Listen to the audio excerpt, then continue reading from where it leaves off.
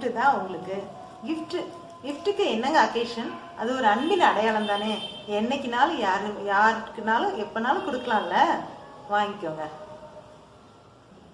எனக்கு கிஃப்டா? ஐயோ, கிஃப்டெல்லாம் எதுக்குப்பா? ஓகே, என்னன்னு பார்ப்போமா? கிஃப்ட் என்னன்னு பார்ப்போமா? இது பேம்பு பிளான்ட்டு. இன்னைக்கு தான் ஆன்லைனில் வாங்கி செட் பண்ணேன் பெப்பிள்ஸ் எல்லாம் வச்சு. இது என்னமோ ரொம்ப லக்கி சவம், இது இருந்தால் நல்லா மணிலாம் நிறையா வரும் அப்படின்னு என்னென்னமோ சொல்லிட்டு இருக்காங்க. பட் என்னோட பாயிண்ட் ஆஃப் வியூவில் எனக்கு செடி வளர்ந்தா சரிதான். ஓகே, இதை பற்றி நம்ம பிளான்ட்டை பற்றி அப்புறமா பேசுவோம், அடுத்த வீடியோவில் பேசுவோம். இப்போ நம்ம கிஃப்டை பற்றி பார்ப்போம். அதில் 3 டிஃப்ரெண்ட் பார்ட்ஸ் இருக்குது. நீங்கள் தான் ஹெல்த் ஃப்ரீக்காச்சே.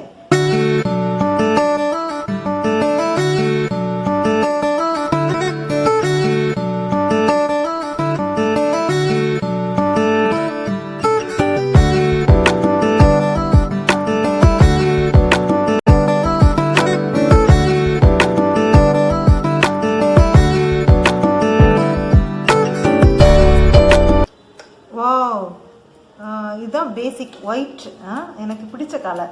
ஓகே, இந்த ஜார் வந்து இது ஆர்டினரி நம்ம சட்னி ஜார் மாதிரி இருக்குது. உள்ள இது இருக்குது, பிளேட்ஸ் இருக்குது. இது சட்னி ஜார் மாதிரி யூஸ் பண்ணிக்கலாம். It is a normal one. Another one, அடுத்தது செகண்ட்னு பார்க்கும்போது இது பாருங்க, ஹைட்டாக இருக்குது. ஆமாம், இது பிளெண்டர் மாதிரி இருக்குது. இதுக்கு வந்து இந்த பிளேட்ஸ் கொடுத்துருக்காங்க. இதை அப்படி கனெக்ட் பண்ணி இந்த மெயின் மோட்டார் யூனிட்டோட இதை கனெக்ட் பண்ணி இதில் வந்து இதை ரெகுலேட் பண்ணோன்னா ரொட்டேட் பண்ணி நம்மளுக்கு ஜூஸ் கிடைக்கும். இதை வந்து என்ன பண்ணலாம் அப்படின்னா, ஆஃப்டர் ஜூஸ் ப்ரிப்பேர் பண்ணதுக்கப்புறம் அதை அப்படி கேர்ஃபுல்லாக அப்படி திருப்பி வச்சுட்டு இந்த பிளேட் யூனிட் இருக்குது இல்லையா, இதை எடுத்துட்டு இதுக்கு ஒரு கவர் லிட்டு கொடுத்துருக்காங்க. இதை வச்சு க்ளோஸ் பண்ணி we can keep it in the fridge. ஃப்ரிட்ஜில் வச்சு நம்ம கூல் பண்ணி குடிச்சிக்கலாம், இன்னும் பண்ணிக்கலாம். ஓகே, அடுத்த இன்னொரு சின்ன போர்ஷன் மாதிரி இருக்குது. இதுக்கும் பிளேடு எல்லாமே இருக்குது. இதை இப்படி கனெக்ட் பண்ணி இங்கே நம்ம மெயின் யூனிட் மோட்டார் யூனிட்டில் போட்டு அதே மாதிரி இதில் வந்து மசாலா அந்த மாதிரி கொஞ்சம் ஹார்டு, ரசத்துக்கு தட்டிக்கலாம், கொஞ்சம் ட்ரையான பொருட்கள் அதெல்லாம் கொஞ்சம் ஹார்டான ஐட்டம்ஸ்லாம் இதில் போட்டு அகெயின் சேம் இந்த ரெகுலேட்டர் வச்சு இதை ரொட்டேட் பண்ணி இது பண்ணிவிட்டு அனதர் திங், இதுக்கும் வந்து இதையும் இப்படி சேவ் பண்ணிக்கலாம். நம்ம பிளெண்டர் ஜூஸர் இருக்குது பார்த்தீங்களா, அதை சேவ் பண்ணோம் இல்லையா, அது மாதிரி இதுக்கும் வந்து இது கொடுத்துருக்காங்க, அனதர் லிட்டு கொடுத்துருக்காங்க. அதை வச்சு சேவ் பண்ணி ஃப்ரிட்ஜில் கூட வச்சுக்கலாம், ஆனால் நெக்ஸ்ட் டைம் யூசேஜுக்கு வச்சுக்கலாம். பரவாயில்ல, இது நல்ல 3 டிஃப்ரெண்ட் ஐட்டம்ஸு. எனக்கு இது ரொம்ப யூஸ்ஃபுல்லான ஒன்று தான். ஓகே ஃப்ரெண்ட், ரொம்ப பிடிச்சிருக்கு. எனக்கு ரொம்ப சந்தோஷம்ப்பா. பொதுவாக கிஃப்ட்ன்றது எல்லாருக்குமே ரொம்ப பிடிக்கும். அதுலேயும் சர்ப்ரைஸ் கிஃப்ட் அப்படின்றதான் எல்லாருக்கும் ரொம்ப பிடிக்கும். இதில் ஹஸ்பண்ட் இது வந்து ஒரு அக்கேஷன் தேடுறது அந்த மாதிரிலாம் ஒன்றும் கிடையாது. எல்லா நேரமுமே யாருக்குனாலும் சர்ப்ரைஸாக அவங்க ஃப்ரெண்ட்ஸோ இல்லை ஹஸ்பண்டு ஒய்ஃபுக்கு இல்லை ஒய்ஃபு ஹஸ்பண்டுக்கு, அம்மா பிள்ளைக்கு, அண்ணன் தம்பிக்கு, தம்பி தங்கச்சிக்கு, இப்படி உறவுகளுக்குள்ளேயும் சரி, ஃப்ரெண்ட்ஸ்குள்ளேயும் ரிலேட்டிவ்ஸ்குள்ளேயும் நெய்பர்ஸ்குள்ளேயும் யாருக்குனாலும் சர்ப்ரைஸாக, அதாவது அந்த கிஃப்ட் அப்படின்ற ஐட்டம் காஸ்ட்லியாக தான் இருக்கணும் அப்படின்னு கிடையாது. அது வந்து ரொம்ப சீப்பான பொருளாக கூட இருக்கலாம். ஆனால் சர்ப்ரைசிங்காக அவங்களுக்கு யூஸ்ஃபுல்லாக கொடுத்தோம் அப்படின்னா அந்த உறவுகளுக்குள்ளேயும் ஒரு ஃப்ரெண்ட்ஷிப்குள்ளேயும் ரொம்ப அது வந்து பாண்டிங் வந்து ரொம்ப ஸ்ட்ராங் ஆகிறதுக்கு நிறைய வாய்ப்புகள் இருக்குது. இந்த கிஃப்ட்ன்றது நான் முதலே சொன்ன மாதிரி ரொம்ப காஸ்ட்லியாக இருக்கணும்னு இல்லை, ஒரு சின்ன சின்ன கிஃப்ட்ஸு. கிஃப்ட்ன்றது மெட்டீரியலிஸ்டிக்காக கூட இருக்கணும்னு இல்லை. ஒரு சில நேரங்களில் கிஃப்ட்ன்றது ஒரு சின்ன ஸ்மைல். இப்போ வீட்டில் ஒய்ஃப் வந்து ரொம்ப கஷ்டப்பட்டு ஏதாவது ஒரு ஐட்டம் தயார் பண்ணியிருப்பாங்க, குக் பண்ணியிருப்பாங்க. அப்போ வந்து ஒரு சின்னதாக ஒரு ஸ்மைல் பண்ணிவிட்டு, நீ செஞ்சால் சாப்பிட்றதுக்கு முன்னாடியே கூட நீ செஞ்சால் நிச்சயமாக டேஸ்ட்டாக தான் இருக்கும் அப்படின்ற மாதிரி ஒரு சின்ன காம்ப்ளிமெண்ட்ஸ். ஓகே, உங்களுக்கு தான் சின்ன பிள்ளைங்கன்னா ரொம்ப பிடிக்குமே, அவங்கள பற்றின கதையா? கதை இல்லையா? நடந்ததா? சரி சொல்லுங்க. ஒரு வீட்டில் அப்பா அம்மா இருந்தாங்க. அவங்களுக்கு ஒரு குட்டி குழந்தை இருந்துச்சு. குட்டி குழந்தை அப்படின்னா அது வந்து ஒரு 3rd ஸ்டாண்டர்ட் படிக்கிற ஒரு பொண்ணு. அப்போ அவங்க டேடிக்கு பர்த்டே வருது அப்படின்னு சொல்லிட்டு வீட்டில் கொஞ்சம் செலிப்ரேட் பண்ணுறாங்க, பெருசாக செலிப்ரேட் பண்ணிட்டு இருக்காங்க. அந்த டைமில் அவங்க டேடி அவர் வந்து பெரிய பிஸ்னஸ் மேன். ஸோ அவர் நிறைய பேர் இன்வைட் பண்ணியிருக்காரு, நிறைய கிஃப்ட்ஸ் எல்லாம் வருது, எல்லாம் ஓகே.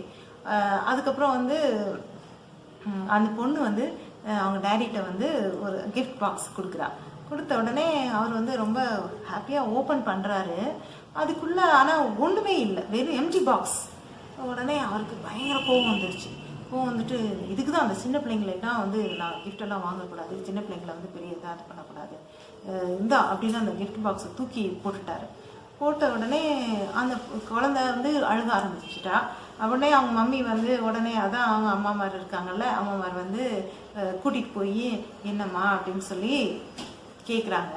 அப்போ அந்த குழந்தை சொல்லுது, இது குழந்தைகிட்ட ஏன்பா அப்பாவுக்கு வெறும் பாக்ஸை போய் கிஃப்ட்டுன்னு கொடுத்த, எம்டி பாக்ஸ் கொடுக்கலாமா, டேடி பெரியவங்கல்ல அப்படின்ற மாதிரி சொல்லிட்டு இருக்காங்க அந்த பொண்ணுகிட்ட. அப்போ அந்த பொண்ணு இல்லை அதில் திங்ஸ் இருந்தது அப்படின்னு சொல்கிறான். என்னடா அது, உள்ள ஒன்றும் இல்லையேம்மா, நீ பண்ண டேடி பார்த்தாங்க, நானும் பார்த்தேன், உள்ள ஒரு திங்கும் இல்லையே அப்படின்னு சொல்லி அவங்க மம்மி சொல்கிறாங்க. சொல்லும்போது அந்த குழந்தை சொல்லிச்சு, இது நான் லாஸ்ட் இயர் டேடி பர்த்டே அன்னைக்கு அடுத்த நாள்லேருந்து டெய்லி அந்த பாக்ஸ் எடுத்து அதில் ஒவ்வொரு நாளும் ஒரு கிஸ் கொடுத்துட்டே இருந்தேன். அதில் 365 கிஸ்ஸஸ், என்னோட 365 கிஸ்ஸஸ் அதில் இருந்தது அப்படின்னு சொல்லி அந்த குழந்தை அழுக ஆரம்பிச்சிச்சு. அப்போ தான் புரிஞ்சுது, அதாவது குழந்தைங்களுக்கோட வாழ்க்கை முறை, குழந்தைங்களோட எண்ணங்கள், குழந்தைங்களோட ஆசைகள், அதெல்லாம் வந்து சொல்லப்போனால் அந்த லைஃபே கூட நமக்கும் அவங்களுக்கும் நிறைய பெரிய பேரியர் இருக்கிற மாதிரி தான் இருக்குது. இப்போ நிறையா பேர் வந்து நாங்கள் குழந்தைங்களுக்கு ரொம்ப இம்பார்ட்டன்ஸ் கொடுக்குறோம், குழந்தைங்கள அப்படி நம்ம சொல்கிறோம். ஆனாலும் கூர்ந்து நீங்களே சொல்கிறவங்களே கூட உட்காந்து அப்சர்வ் பண்ணி பாருங்களேன். நிறைய நேரங்களில் அவங்கள வந்து கொஞ்சம் அலட்சியப்படுத்துகிறோம், அவங்களோட உணர்வுகளுக்கு மரியாதை கொடுக்கறது இல்லை. இந்த விஷயம் இங்கே கூட அவங்க டேடியே பொறுமையாக என்னடா என்ன பாக்ஸில் ஒன்றும் இல்லையேன்னு சொல்லி கேட்கும்போது அவங்க டேடிகிட்டே அந்த பொண்ணுங்க அழுதுகிட்டு அம்மா கிட்ட அழுதுகிட்டு எக்ஸ்பிளைன் பண்ணா இல்லையா, அந்த மாதிரி இல்லாமல் அந்த சூழ்நிலையில் அந்த டேடிகிட்ட சிரிச்சுக்கிட்டு சந்தோஷமாக அந்த விஷயத்த சொல்லியிருப்பா. சொல்லும்போது அவரும் அதுக்கேற்றாப்புல ரியாக்ட் பண்ண, ஏதாவது கிஃப்ட்னோன்னா எல்லாரும் மெட்டீரியலிஸ்டிக்காக நினைக்கிறாங்க, சென்டிமெண்டலாக எமோஷ்னலாக நிறைய கிஃப்ட்ஸ் இருக்குது உலகத்தில்.